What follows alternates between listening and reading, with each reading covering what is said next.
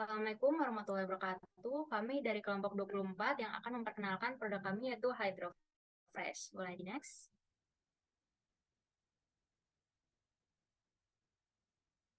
Di sini ada anggota kelompok dari kelompok kami yaitu saya sendiri Demetrio Mayana, Jumraini, Siti Masyito, dan Zulfa Ramatika.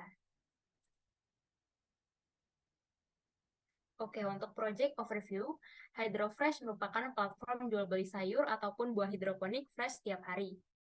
Boleh di next. Oke, selanjutnya ada UMKM di dalam bidang agribisnis. UMKM dalam bidang agribisnis itu apa sih? Jadi UMKM di bidang agribisnis ini adalah usaha yang berhubungan dengan sektor pertanian di Indonesia. Boleh di next. Untuk latar belakang permasalahan yang kita dapatkan, sektor pertanian merupakan salah satu hal terpenting untuk keberlangsungan hidup masyarakat di Indonesia. Berdasarkan data BPS, 29,59% tenaga kerja di Indonesia bekerja di sektor pertanian. Boleh di next. Berikut merupakan salah satu petani hidroponik yang ada di Indonesia, khususnya kota Tangerang. Boleh di next. Selain itu, di Indonesia, gaya hidup vegan maupun vegetarian merupakan semakin diminati di Indonesia. Oleh karena itu, Indonesia bisa menjadi nomor 2 kota ramah vegan sedunia. Boleh di next. Dari latar belakang tersebut, kami mendapatkan problem. Yang pertama, lahan pertanian semakin sempit akibat beralihnya fungsi lahan pertanian menjadi daerah perindustrian. Yang kedua, dengan banyaknya populasi penduduk dan daerah-daerah produktif, di mana lahan subur menjadi langka. Yang ketiga, kurangnya aksesibilitas petani untuk menjangkau pasar yang lebih luas lagi. Boleh di next. Oleh karena itu, solusi yang kami tawarkan, yang pertama ada memanfaatkan digital marketing dengan menggunakan e-commerce sebagai media promosi. Yang kedua ada digitalisasi pertanian berbasis teknologi mobile. Yang ketiga ada budidaya hidroponik, dianggap menjadi yang paling tepat untuk memanfaatkan lahan yang tersedia dengan sebaik-baiknya. Boleh di next. Untuk target bisnis produk kami HydroFresh, yang pertama ada petani hidroponik, yang kedua ada ibu muda, para Gen Z ataupun milenial, yang ketiga ada konsumen vegetarian, yang keempat adalah customer yang terbiasa menggunakan smartphone, dan yang terakhir adalah masyarakat Indonesia berusia 20-40 tahun. Metodologi yang akan kami lakukan, yang pertama itu adalah design thinking, mulai dari empathize, define, ideasi, prototyping, sampai dengan testing.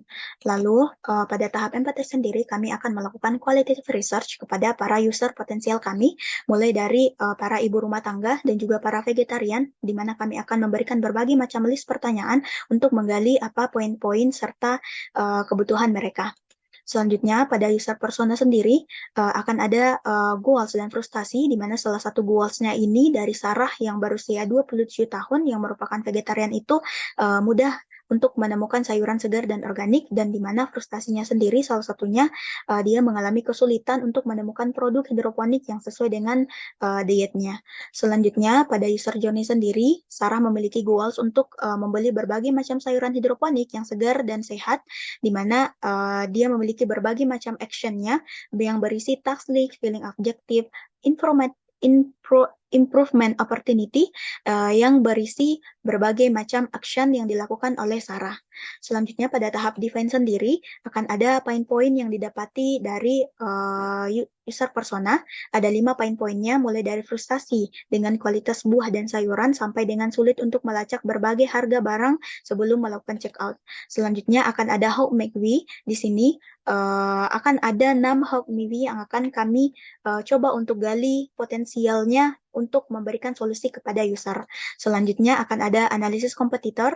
Kami akan melakukan analisis kompetitor kepada HydroFresh, Segari, Sayurbox, Happy Fresh, dan Agromaret, di mana kami akan melakukan analisis pada fitur-fitur yang diberikan, di mana HydroFresh ini memiliki semua fitur-fitur yang ada.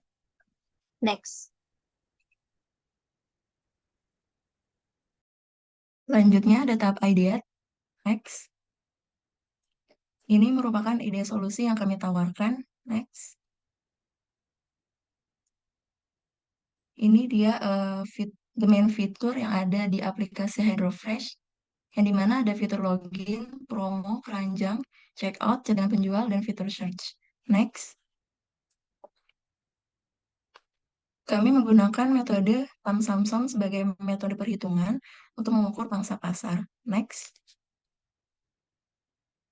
Selanjutnya, kami juga menggunakan metode SWOT analysis sebagai strategi pemasaran produknya.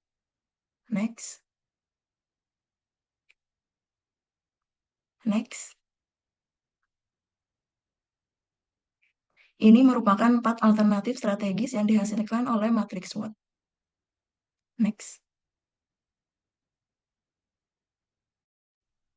Baik, selanjutnya merupakan stage keempat pada tahap design thinking, yaitu prototype. Pada prototype akan menghasilkan user flow, kemudian menghasilkan wireframe, UI style guide, high fidelity design, hingga prototype untuk mendemonstrasikan produk itu sendiri.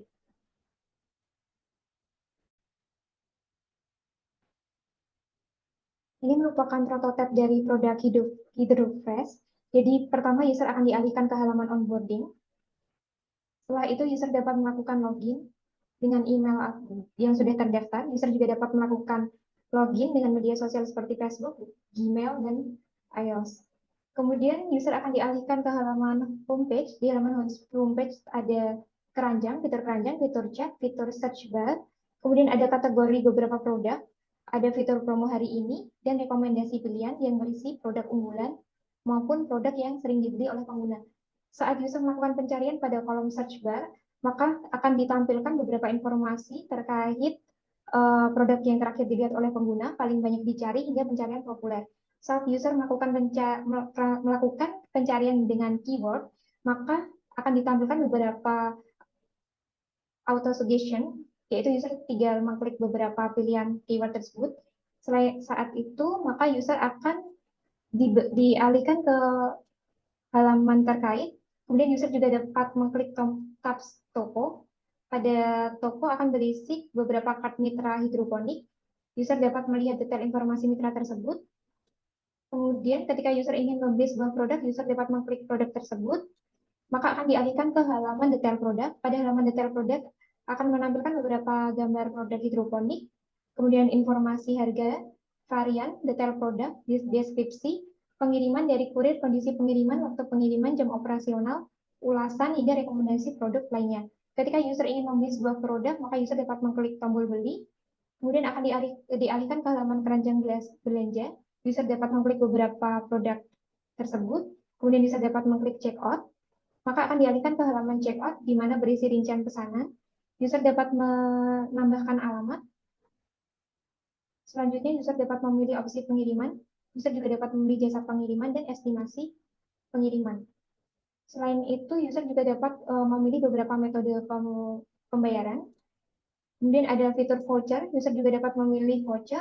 Dan setelah user mengisi beberapa form pada halaman checkout, maka ditampilkan ringkasan pembayaran dan user dapat mengklik tombol bayar. Selanjutnya, user akan dialihkan ke halaman konfirmasi pesanan yang telah berhasil. User dapat mengklik tombol detail pesanan yang dialihkan ke halaman informasi pengiriman dan pembayaran.